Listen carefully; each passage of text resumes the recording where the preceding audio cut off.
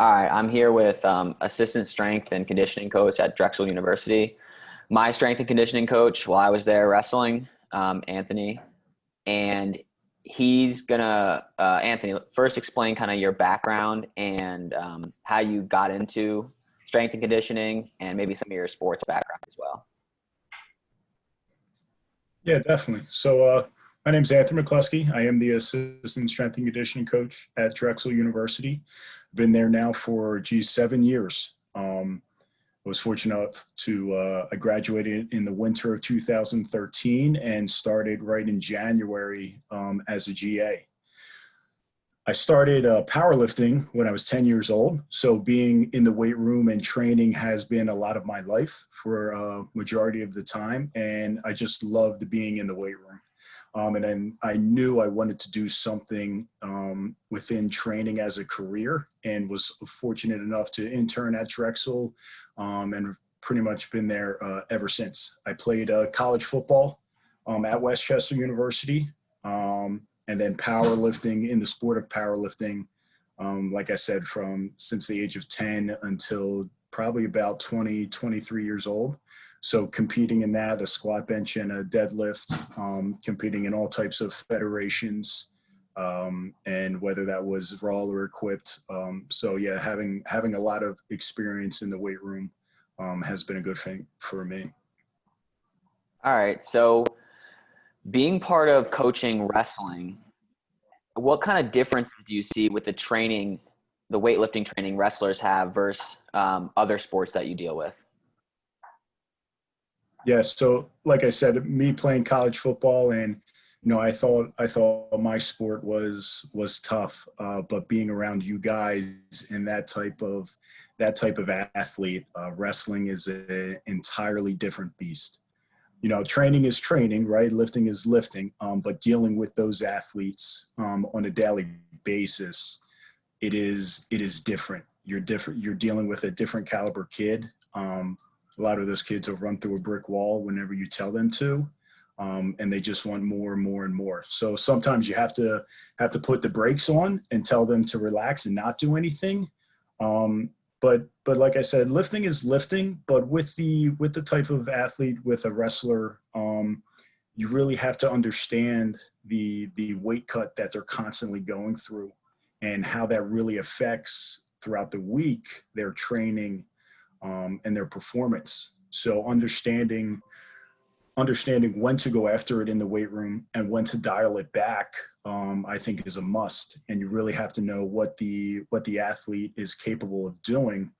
And sometimes you have to tell them to stop and relax, because again, that wrestler mentality is just go, go, go. So sometimes throughout the year, especially, in college athletics, as you approach conference and as you approach NCAAs, you have to back down a little bit.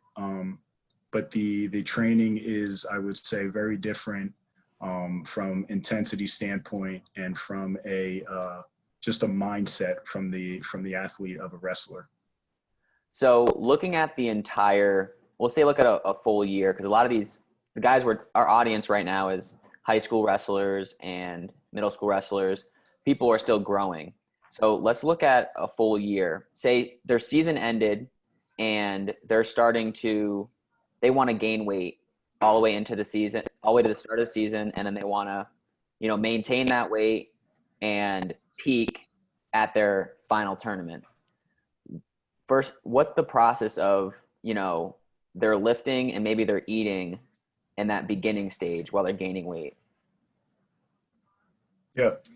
So when you want to gain weight, a lot of times athletes will ask, what's more important, the training, or the nutrition or the eating, and they both go hand in hand, right? If you really want to gain weight, you have to make sure that you are ultimately putting more calories in than more calories out, right? So from a standpoint of, if you really need to understand that by weighing yourself in every day, understanding, well, hey, if I weigh less than I weighed the previous day, well, I have to eat more. I think it's it's not as simple as that, but you can make it in terms as simple as that, right? As long as my weight is either the same or a little bit more the following day, I'm doing what I'm supposed to do. And they go hand in hand. So depending on what you're doing in the weight room, right, a lot of your stuff should be in a hypertrophy stage. So a lot of reps, meaning, so into that, higher than definitely 10, into that 12 to 15 range for your hypertrophy. Anything more than that is you're looking at more endurance. But a lot of reps and a lot of volume is really going to help you build a lot more muscle mass. But you absolutely have to complement that with putting the right fuel in your system, right? If you're doing as much as you can in the weight room, but you're not really supplementing that with a good nutritional diet, you're sort of wasting your time because it's just not going to work. Putting on weight is really, really hard and it takes a long time. So you really have to make sure that you're doing what you're supposed to be doing within the weight room and what you're doing and staying consistent at the table. Okay, you talked about when gaining weight, you want to have a lot of volume. What does that mean in terms of lifting to have a lot of volume? Yeah, so it depends with what type of program you were doing, right? So if you have an Olympic lift and then a strength exercise and then some auxiliaries after that, right? You're not putting so much volume within the Olympic lift, right? Because you're just crushing your CNS and you don't necessarily want to do that because then injuries will happen. You never really want to do more than 5 reps on any type of Olympic lift. But as you get into your strength exercises and then a lot of your auxiliaries, that is fine to put on a lot more volume in those regards. So for example, say you're going to squat, you can do, 3 sets of 12 or 4 sets of 12, something like that, right? You're going to build a lot more hypertrophy stage and muscle mass in that rep range versus going, say, 6 sets of 3 or 9 sets of 3, where you're looking for just a lot more strength and a lot more power at that point. So doing supersets with exercises in that rep range of 10 to 12 to 15, again, will help with that hypertrophy stage. But that's what you're really looking to do at that point. But like I said, you never really want to get into that with your Olympic lifts, because that's not necessarily the way to go. You always want to keep those reps low and in a more power phase. But with your main strength exercises and those other auxiliary lifts, you can start them at a relatively high rep range. Okay, so for lifting weight, they're going to be doing 12 to 15 reps with their auxiliary and strength exercises. And then if they're doing Olympic lifts, they're keeping it lower around 6. And they're making sure they're eating a lot. Now they've reached the kind of muscle mass they want. And they're in the maintaining phase. They want to maintain the muscle mass. And we'll say cutting weight isn't too much of a factor. Like they're cutting 4 pounds, they're not dealing too much with it, but they still want to peak. They want to peak at that end of the year. Or at least maybe it's not really a peak. Maybe it's just a maintain. I don't really know exactly how your thoughts are, because it's wrestling versus like a different sport. Yeah. Well, I think at a peaking standpoint, I think the goal is always to peak, at least within college, start to peak at conference and peak obviously at NCAAs, because, that's what you're training for, that's what you're putting all your work in for. But to get to maintaining a standpoint, then once you get to that point, once you get to a weight that you are satisfied with, if we're looking to gain weight, then those reps and that volume can come down a little bit. So say as we're getting towards the end of the season, then we'll start getting into that, say, 4 sets of 3 or 6 sets of 3 stage with our main exercises. So again, we're working on strength and power at that point, not necessarily focused on building mass, but we're going to stay really strong and we're going to stay really powerful at that point, lifting enough to keep our muscle mass where it's at, but also being mindful of the weight that we really have to watch and make sure we're not getting too big at that point. But as you start to change those sets and reps, within those exercises that you were really in that hypertrophy stage before with. Now, like I said, you're really focused on strength and power. That body weight really shouldn't change. But the amount of weight that you're using within the exercises should be much more now versus what you were using in that hypertrophy stage. Okay. So as you stop gaining muscle or gaining weight, then you're going to want to decrease the reps and increase the weight a little bit.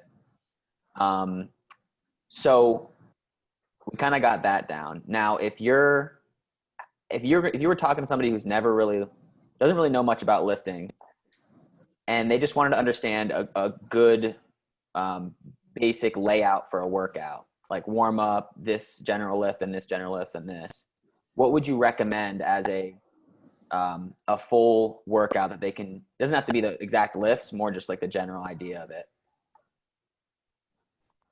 Yeah, of course. I think every workout should begin with a warm up, right? I feel like I've heard if you don't have time for a warm up, you don't have time to work out. You have to make sure that your body is prepared for what it's about to go through. So starting with a warm up, 10 to 15 minutes, whatever it may be, then working into some core work. Then after that, into any plyos or speed work that you may have for that day. Then once you're done with those, then you can get into the weight room, we'll call it. So starting with some type of Olympic lift, whether that's a hang clean or a hang snatch or a dumbbell one-arm snatch or any type of Olympic variation, to be honest, even if it's just a squat jump, something that's explosive, something that can build a lot of power. Then after that, then you can go into your strength exercises, which is your squat, your bench, your deadlift, or any one leg exercises at that point as well. And then after that main lift, then you can work on your auxiliary lifts to complement what that main exercise was. Really all depends on what you're doing on certain days, depending on how you're programming. If you're splitting it up into upper body days and lower body days, or if you're splitting it up into, more or less a full body workout every day, but with an emphasis in your upper body or lower body. So it really depends on what you want to do in terms of programming. Right. I'm a big believer in it all works, right? Everything out there works because there's so many different ways to reach that end goal. But what's more important is how it's laid out and how it's programmed. So the periodization of it, I think, is more important in how it's done versus, the exercise selection or the amount of sets and reps that you're doing. All that depends on the time of year, but a year-long plan has to really be mapped out with an end goal within the programming. I think that's the most important thing. But that's what a typical workout that I would recommend would look like. And then after that, depending on if you're going to wrestling practice or have your own conditioning, I would do some conditioning at the end of the lift. Okay. So you don't want to do any, you want to start with explosive things or speed things. And then, then you can start fatiguing your muscle. You don't want to, do some heavy lifts and then go back and try and do an Olympic lift or speed workout. No, you're exactly right. So the doing the Olympic lift or the speed work and things like that, that's going to tax your body the most. So you want to do that first, so you're not fatigued, like you said, because unfortunately injuries start to happen. Now, I'm not saying that's every now and then it's good to do that, right? Because it's the same thing on the mat when you're in the third period, right? You're gassed, you're fatigued, but you still gotta go and look like it's the first period. So sometimes it's fine to do that, but more often than not, I would recommend to do the speed work, your explosive lift first, tax that first, and then venture into your strength exercise. Okay. Now, if somebody, let's talk about injury for a little bit. If somebody has a certain injury, would say they hurt their knee, you know, so they can't really do that one leg. Do you still recommend, working the other leg, working the whole body? How do you walk somebody through an injury as a Yeah. coach? Yeah, it's definitely unfortunate, but in the sport of wrestling, it happens, and it happens a lot. Injuries are going to occur, just because of the type of positions you guys are putting your bodies in, and things like that. But I would absolutely recommend that you can still train regardless of what is injured, whether it's an arm, whether it's the knee, like you said, an elbow. Your body is still capable of doing a ton. And think of it, right? For that injured part of your body, everything else is very functional. And you don't want everything else to begin to fatigue and atrophy while you're injured. So you want to keep everything else as strong as possible. So yeah, you might not be able to squat if your knee is banged up, but you may be able to work on a machine and do a leg press with one leg, or do a leg curl and a leg extension with the good leg, so you can keep that other side strong. Because lifting the other leg will transfer a little bit of strength into that injured leg. Not a lot, but a little there. And again, it keeps that other leg strong and engaged. And then once you are fully recovered from that injury and you're able to venture into those exercises that you were originally doing, now it's just time to play catch up, right? You want to catch that injured leg up to that healthy leg as much as possible. You never want to bring it down to the injured leg. Always have that leg, always have that injury catch up to where the rest of your body is. So you're staying in some type of shape, right? Because when you're injured there, you may not be getting on the mat as often as you want, but you can still train. Yeah, you may not be able to run for conditioning or anything like that, but you can go on a bike. You can post that leg up and still get after it, move your upper body as much as you can. There are still plenty of ways to train and stay in shape if there is an injury that has occurred. Okay. I guess kind of related to injury prevention, what is the importance of stretching and flexibility with pertaining to strength? Yeah. For me, I think of it as one, full range of motion within your training, right? So if you're squatting, squat down as low as you possibly can. If you can get your butt to the floor, get your butt to the floor. Because one, you can think of that in terms of stretching, right? You're not limiting yourself at that point. You're going within your full range of motion, the full capacity that your body can move in that range. So go ahead and do it.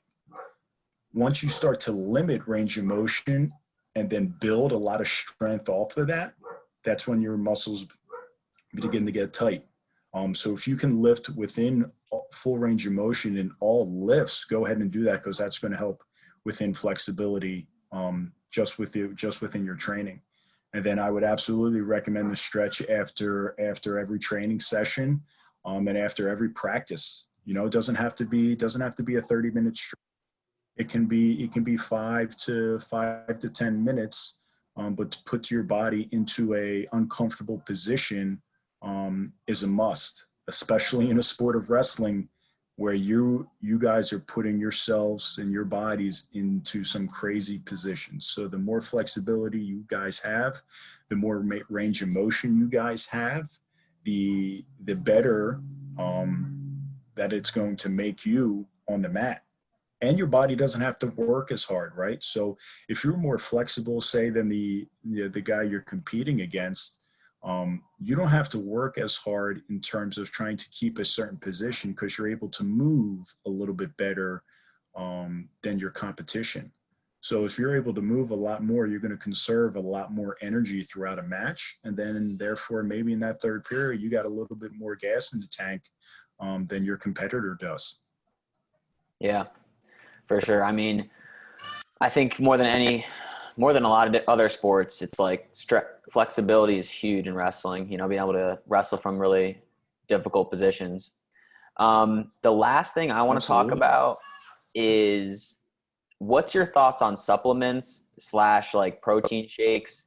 Do you have any recommendations? Is there a certain kind of, is there an age with that, or is it just, what's your thoughts on taking Yeah, supplements protein? definitely. It gets confusing, very confusing with supplements, right? Obviously, I'm a believer in supplementation is exactly that. You're supplementing on top of what you are eating and drinking. I would first put in as much as you possibly can through food and through drink. And then if you have to supplement on top of that, you can do that. I would, anybody that's under the age of 18, obviously to talk to your parents and to even talk to your doctor to see if it's the right fit for you. With that, it's hard to say what to get and what not to. The FDA does not regulate any of these supplements, right? So in theory, we could make our own protein tonight and sell it in GNC tomorrow. That's just the way it is. So you really have to look at what's in the label, and you really have to look at what type of status the company has, because there you just don't know. So you got to really really look into something that you want to take. Make sure that you're getting exactly what you are seeing on the label. Because I took it. I took it throughout high school and took it throughout college. It does help as long as you do it right, and you're taking the right things.